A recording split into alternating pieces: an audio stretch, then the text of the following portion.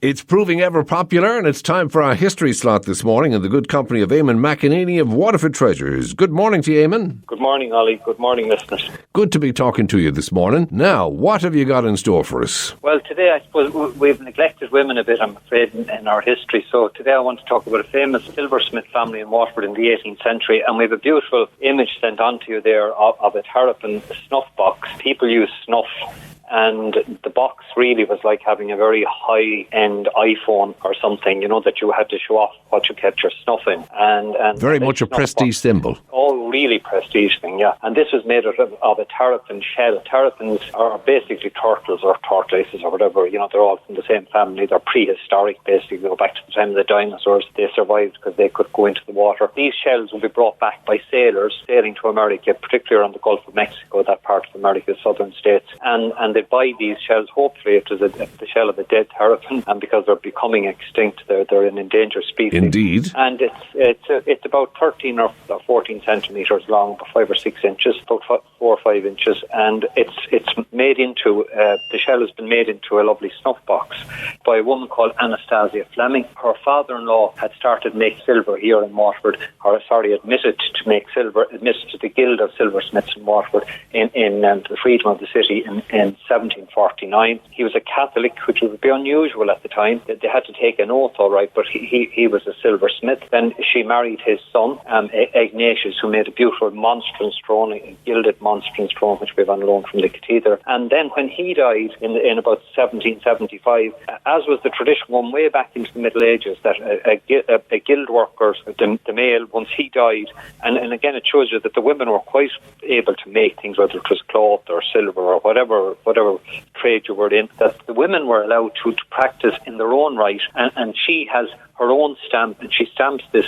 beautiful, absolutely, it's one of the nicest snuff boxes, and we have a big collection of them, but certainly this is one of the nicest ones I've ever seen, and it's stamped with A.F. Anastasia Fleming, and sometime in the late 1770s. So it's a wonderful thing to have, and it's a wonderful example of women craftsmen working here in the city. Would have been kind of unique, I'd say, given the times there. Late 1700s. It would be unique, but as I said, unique for Catholics and unique for women. But the very fact that she obviously helped her husband throughout his career, and therefore she was quite capable herself of making silver objects. And one of the really interesting things about her is, we bought these, the man called Henry Alcock, he became mayor of Waterford. He was also a member of Parliament for Waterford at the time of the Free Independent Parliament was declared in 1783, so it was a very prosperous time, and he was actually a very decent guy. He looked after the poor of the city whenever there was shortages of food, and they say out of his own pocket. So wow. They wanted to give him a gift, and he already had 2 big silver urns. These would be big cups with lids on them, fairly big now, they're about 15 inches high,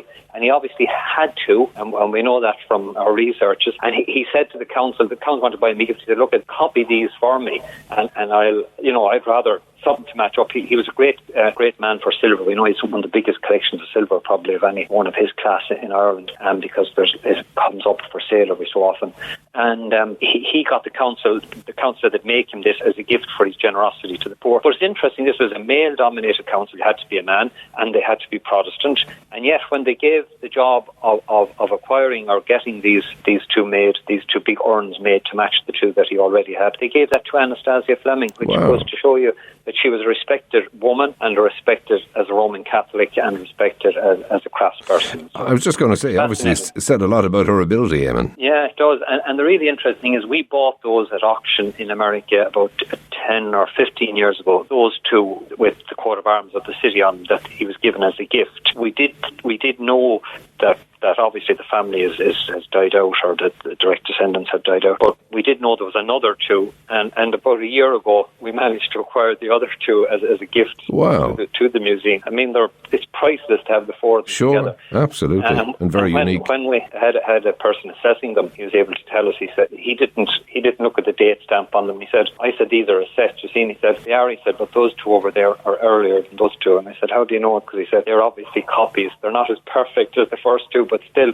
they were trying to copy something else. Sure. But he was an expert. The regular person wouldn't see the difference. But it's lovely to have them. It's lovely to see this woman celebrated in this way for her craftsmanship. Lovely stuff. Can I ask you very quickly, how do you become aware those things are for auction, given all the auctions around the world? That there are websites now you can go on to, and we have people, friends, and people abroad who keep an eye on them. There's a chap in England who helps us out. Brendan is his name. He's an antique dealer, but he doesn't deal in European art. And every time he sees something that comes up, possibly of interest. You know, Lynch's Garages. He's one of the Lynch's Garage people. Oh, right. He always, a couple of months ago, he told us about miniatures by Irish painters, and we were very, very lucky. There was no one at the auction that day, and one of our supporters, which I'll tell you about another time, went. First of all, he said you can buy 10 of them, and I gave him a list I wanted. We ended up getting 60-something of them. There was nobody at the auction. Oh my God, that's something. Meant to be, Eamonn. Rare Irish, really rare 18th century, 19th, and a Waterford artists as well, some of them. Wow. So people like Brendan Lynch looking out for us, Julian Walton, people like that, other people that ring us up and say, look, do you know such a thing's coming up for sale, and can you get somebody? And of course, you can't do that unless you have generous people to buy it. Sure. Yeah, very much a team effort, says you. Yeah.